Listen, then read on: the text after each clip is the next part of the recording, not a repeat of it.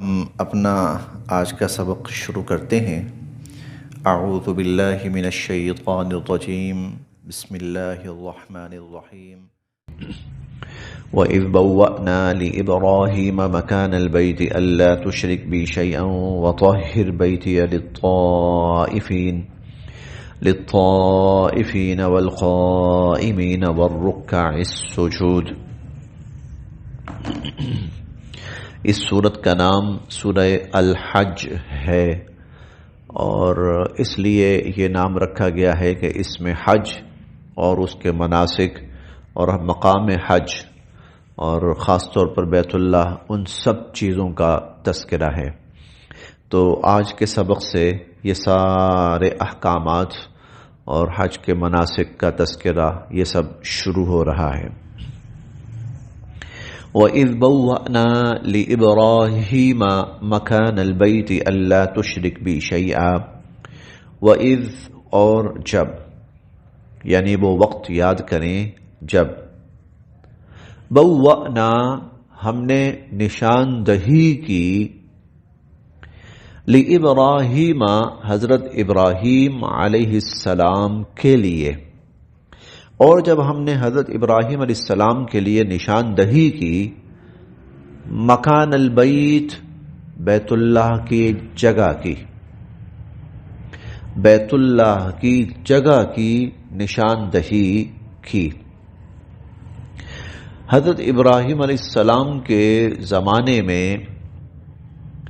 جو خانہ کعبہ تھا وہ زمین سے منہدم ہو چکا تھا، ختم ہو چکا تھا۔ بلکہ اصل میں اس طرح ہوا تھا کہ زمانے کے حادثات آتے رہے، طوفان، بارشیں، یہ سب، تو آہستہ آہستہ جو خانہ کعبہ کی عمارت تھی وہ منہدم ہوتی گئی، کیونکہ اس کی دیکھ بھال کا کوئی ایسا معقول انتظام نہیں تھا، تو بالکل بیابان جگہ تھی۔ تو اللہ رب العزت اب یہ چاہتے تھے کہ یہ گھر دوبارہ سے تعمیر بھی ہو اور پھر ہمیشہ کے لیے آباد بھی ہو جائے۔ چنانچہ اس کے لیے اللہ تعالیٰ نے حضرت اسماعیل علیہ السلام کی وہاں پر جو ہے پرورش فرمائی۔ حضرت اسماعیل علیہ السلام کی اس جگہ پرورش ہوئی، قبیلہ آ کر بنو جرہم یہاں آباد ہو گیا، آب زمزم جاری ہو گیا، تو پھر یہ جگہ آباد ہو گئی۔ اب یہ تھا کہ خانہ کعبہ کی تعمیر یہاں پر ہونی چاہیے، لیکن کہاں ہے خانہ کعبہ؟ چنانچہ اللہ رب العزت نے حضرت آدم علیہ السلام اور حضرت ابراہیم علیہ السلام کو اس جگہ کی باقاعدہ نشاندہی فرمائی کہ یہ جگہ ہے، یہاں پر خانہ کعبہ کی بنیادیں ہیں، یہاں سے آپ اس عمارت کو اٹھائیے۔ ہم پہلے پارے میں پڑھ کے آئے ہیں، وَإِذْ يَرْفَعُ إِبْرَاهِيمُ الْقَوَاعِدَ مِنَ الْبَيْتِ وَإِسْمَاعِيلُ۔ وہ وقت یاد کرو جب حضرت ابراہیم علیہ السلام اور حضرت اسماعیل علیہ السلام خانہ کعبہ کی بنیادیں اٹھا رہے تھے۔ یہاں پر اللہ رب العزت نے اس کا جو ابتدائی مرحلہ ہے اس کا ذکر کیا۔ ہم نے ابراہیم علیہ السلام کے لیے خانہ کعبہ کی جگہ، بیت اللہ کی جگہ کی نشاندہی کی۔ اللہ تشرک، اور یہ ہدایت کی، اور ہم نے ان کو یہ ہدایت کی، اللہ تشرک کہ نہ شریک ٹھہرانا، بھی میرے ساتھ، شیئا کسی بھی چیز کو، اللہ تشرک بھی شیئا کہ میرے ساتھ کسی چیز کو شریک نہ ٹھہرانا، وطہر اور پاک صاف رکھنا، بیتیا میرے گھر کو، للطائفین طواف کرنے والوں کے لیے، والقائمین اور قیام کرنے والوں کے لیے، والرکع اور رکوع کرنے والوں کے لیے، السجود سجدہ کرنے والوں کے لیے، میرے گھر کو پاک صاف رکھنا۔ وَأَذِّن اور آپ اعلان فرما دیجئے، وَأَذِّن اور آپ اعلان فرما دیجئے، فی الناس لوگوں میں، بالحج حج کا، آپ لوگوں میں حج کا اعلان فرما دیجئے، یاتو کا آئیں گے لوگ، رجالن پیدل بھی، وعلا اور پر، کل ضامر، ضامر ایسی اونٹنی جو سفر کر کر کے دبلی ہو گئی ہو، پتلی ہو گئی ہو، وعلا کل ضامر اور ہر دبلی پتلی اونٹنیوں پر، یاتینا اور یہ اونٹنیاں آئیں گی، من کل فج عمیق دور دراز کے علاقوں سے۔ آپ اعلان کر دیں تو لوگ اس گھر کا حج کرنے آئیں گے، پیدل بھی آئیں گے اور سواریوں پر بھی آئیں گے، اونٹنیوں پر بھی آئیں گے، اور اتنے دور دراز سے اونٹنیوں پہ سفر کر کے آئیں گے کہ سفر کر کے وہ اونٹنیاں دبلی پتلی ہو چکی ہوں گی۔ چنانچہ حضرت ابراہیم علیہ السلام جب تعمیر مکمل ہو گئی، خانہ کعبہ کی چھت پہ کھڑے ہوئے اور اعلان کیا، حج کا اعلان کیا۔ اللہ رب العزت نے جس جس شخص کے نصیب میں حج ہے، ابراہیم علیہ السلام کا اعلان اس کے کان تک پہنچا دیا۔ یاتین من کل فج عمیق، اور یہ اونٹنیاں اپنے سواروں کو لے کر آئیں گی دور دراز کے علاقوں سے، لیشہدوا، تاکہ وہ مشاہدہ کریں، تاکہ وہ دیکھیں، تاکہ وہ پائیں، منافع لہم، وہ فوائد جو اللہ نے ان کے لیے رکھے ہیں، تاکہ لوگ وہ فوائد پائیں جو اللہ نے ان کے لیے رکھے ہیں، وَيَذْكُرُوا، اور لیں اسم اللہ، اللہ کا نام، اور اللہ کا نام لیں، فی ایام معلومات، متعین دنوں میں، علی پر، ما جو، رزقہم اللہ نے ان کو عنایت کی ہیں، عطا کی ہیں، من بہیمۃ الانعام، مویشی جانور، جو مویشی جانور جو چھپائے اللہ نے ان کو عطا کیے ہیں، تو پھر لوگ متعینہ ایام کے اندر ان کے اوپر اللہ کا نام لیں۔ یہ اشارہ ہے اس قربانی کی طرف جو حج کے موقع پر حاجی لوگ کرتے ہیں۔ تو ان ایام کے اندر ان جانوروں کے اوپر وہ اللہ کا نام لیں۔ فَكُلُوا، کھاؤ، منہا، اس میں سے، فَكُلُوا منہا، اس میں سے تم خود بھی کھاؤ، وَأَطْعِمُوا، اور کھلاؤ، البائس الفقیر، تنگ دست محتاج کو، خود بھی کھاؤ اور تنگ دست محتاجوں کو بھی کھلاؤ۔ یہ 10 ذی الحج کو قربانی ہوتی ہے، پھر اس کے بعد 11 کو بھی ہوتی ہے، 12 کو بھی ہوتی ہے۔ تو جو ایمان والے ہیں وہ قربانی کرتے ہیں، اور ویسے بھی یہ حج کا حصہ ہے۔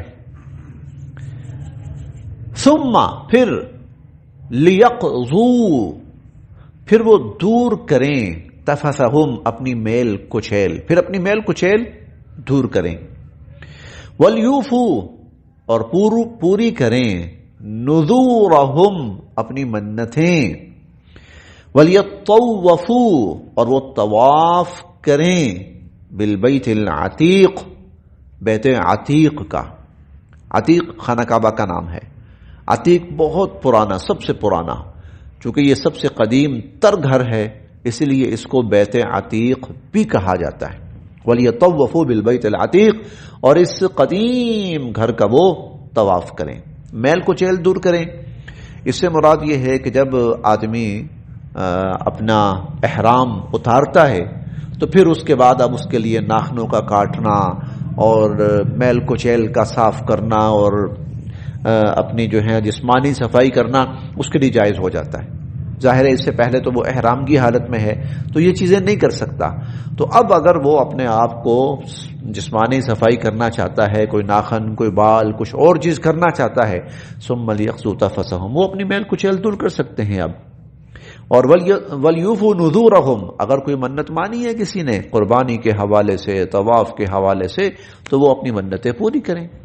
وَلْيَطَّوَّفُوا بِالْبَيْتِ الْعَتِيقِ، اور وہ اس پرانے گھر کا طواف کریں۔ اب اس سے مراد طواف زیارت ہے، طواف زیارت اس سے مراد ہے۔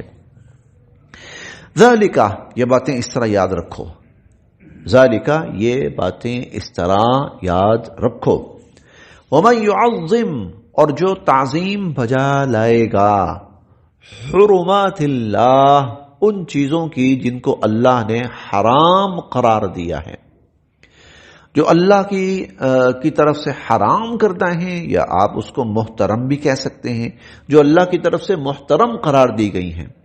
وَمَن يُعَظِّمْ حُرُمَاتِ اللَّهِ اللہ کی طرف سے محترم قرار دی گئی چیزوں کی جو تعظیم بجا لائے گا، فَهُوَ تو یہ خَيْرٌ لَهُ بہت بہتر ہے اس کے لیے، عند ربہ اس کے رب کے ہاں، تو یہ اس کے رب کے ہاں اس کے لیے بہت بہتر ہے۔